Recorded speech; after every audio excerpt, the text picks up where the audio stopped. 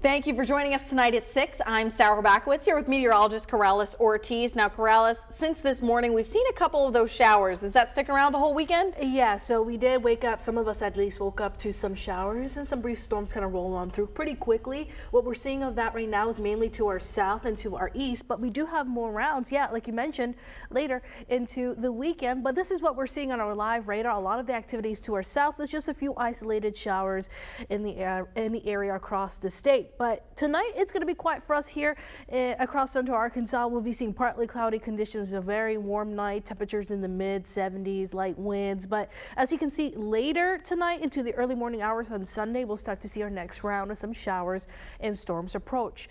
The chance for anything severe is on the lower end, a level 2 out of 5 for really the southern portions of the state. Elsewhere is a level 1 out of 5, maybe a strong storm here or there. I'm not expecting anything widespread, very similar to what we saw today, with some damaging winds being the main impacts. Not expecting huge impacts with this next round of some storms in the forecast for your Sunday. But I'll have more details on that chance for storms tomorrow and what else is in store heading into the new week coming up.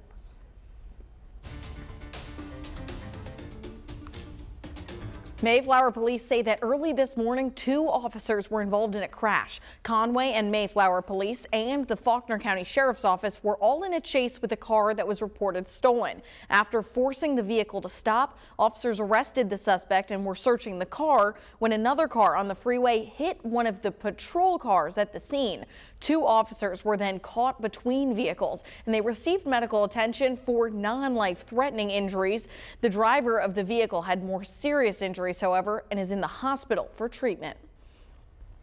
An inmate who escaped from the Northeast Arkansas Community Correction Center in Osceola is back in custody today. Officials say Joshua Harris was taking out the trash Friday afternoon when he ran away. He's currently serving a 5-year sentence out of Independence County for 4 counts of drug possession, but that could change depending on new charges stemming from his escape. And over in Conway, a man is behind bars tonight after allegedly murdering his mother and trying to cover it all up. 49-year-old Raymond Martin Jr. is charged with capital murder and abuse of a corpse. Officials say he lied to investigators for weeks, claiming his mother, 68-year-old Nancy Glover Warren, was on vacation in Hawaii. Family members contacted police when they hadn't heard from her, other than in text messages and social media posts.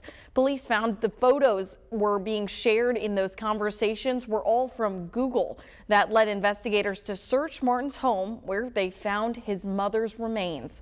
Police tell us this is an ongoing investigation and will share more details as we learn them. Now, your water bill will most likely be more expensive this month, and even though you heard it was coming, it's always hard to stomach. But Central Arkansas Water says the hike is the only way to keep our water flowing into the future. THV 11's Jalissa Garza reports that it's all a part of a bigger picture. CAW currently is the 3rd lowest rates of large water utilities in the U.S. For the first time in years, Central Arkansas Water customers' rate will be higher. The initial change that happened on July 1st was really in their base charge. So not the actual volume of water they use, but just the base charge to have the meter and the connection.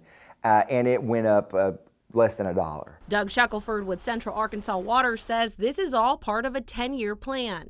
We'll see another change on January 1st and then every January 1st subsequently after that through 2032. Shackelford says the increase is necessary for the future of our water supply. The extra money that will be collected over the next 10 years will fund needed repairs to the CAW systems. Back in the 90s, we began removing lead service lines from our system.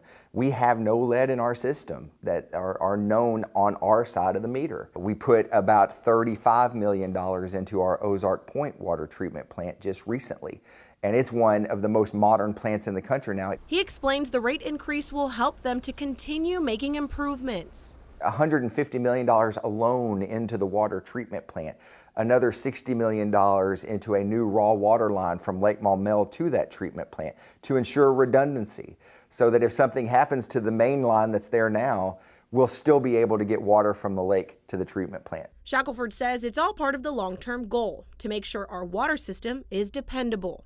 It's right by our future generations who are going to be depending on this system to provide clean water, in their homes. Jalissa Garza, THV 11 News. And with those hikes coming on top of climbing electric bills during the summer, there are ways to get help paying it. LIHEAP applications begin on Monday, or you can get help directly from CAW. That's if you're past due and need help paying. CAW is offering free payment plans to get you out of debt. You're eligible if you owe $50 or more. If you sign up for a plan and stick with it, you'll avoid consequences like fees or water service disconnection. You can sign up at the website on your screen right now if you're interested. Now, the Low-Income Home Energy Assistance Program helps pay the bills, gas or electric, and even have crisis assistance if needed. We've got a list of counties where you can apply for that on our website at thv11.com, or just text us the word bills to 501-376-1111 and we'll send you the link.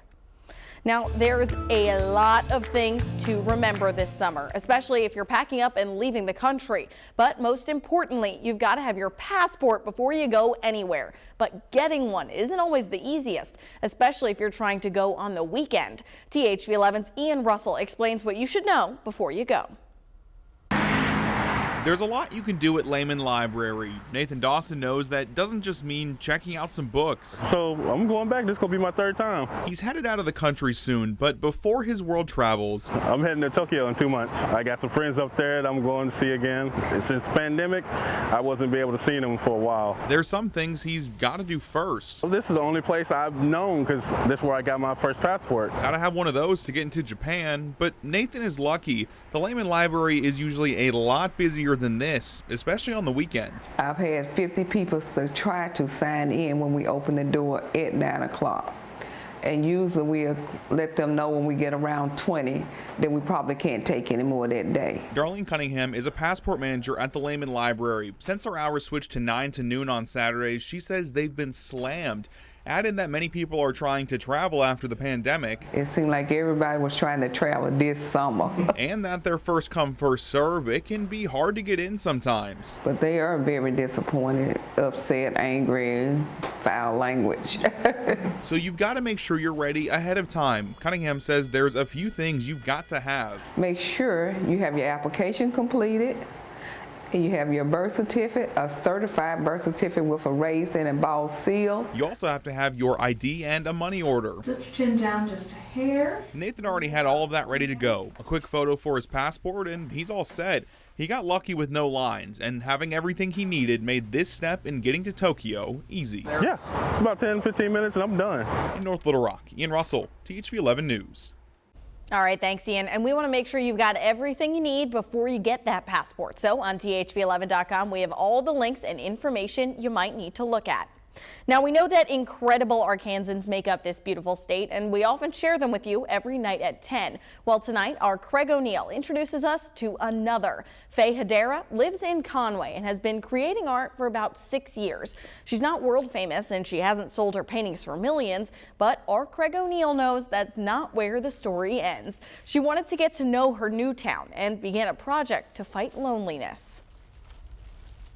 I feel deeply at home, and this is something that I have experienced very rarely. I've moved 22 times. So coming here and feeling a sense of belonging when I'm downtown, it just feels very right.